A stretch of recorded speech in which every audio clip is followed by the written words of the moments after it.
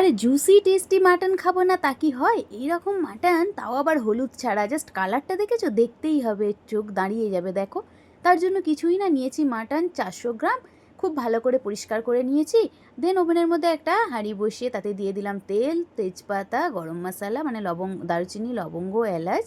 দিয়ে দিলাম পরিমাণ মতো পেঁয়াজ, পেঁয়াজটা একটু বেশি দেবে, তাতে বেশ মাখো মাখো ভাবটা আসবে। দিয়ে দিলাম আদা রসুনের পেস্ট, হোমমেড একটা মশলা যেটা খুব টেস্টি হয়। সঙ্গে দেখো ডাস্ট করা একটু গরম মশলা, চাইলে তোমরা বিরিয়ানির যে মশলা হয় সেটাও অ্যাড করতে পারো।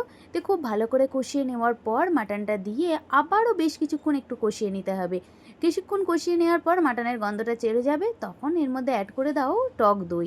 টক দই দিয়ে আবারও একটু কষিয়ে নেওয়ার পর দিয়ে দাও উপর থেকে স্বাদ মতো নুন।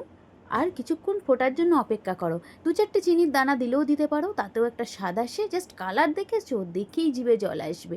এইরকম জুসি টেস্টি মাটন কারি হলে কার না ভালো লাগে, সঙ্গে গরম গরম রুটি জাস্ট জমে যাবে। চলো তুমিও ট্রাই করে আমাকে কমেন্ট করো। Tata, by.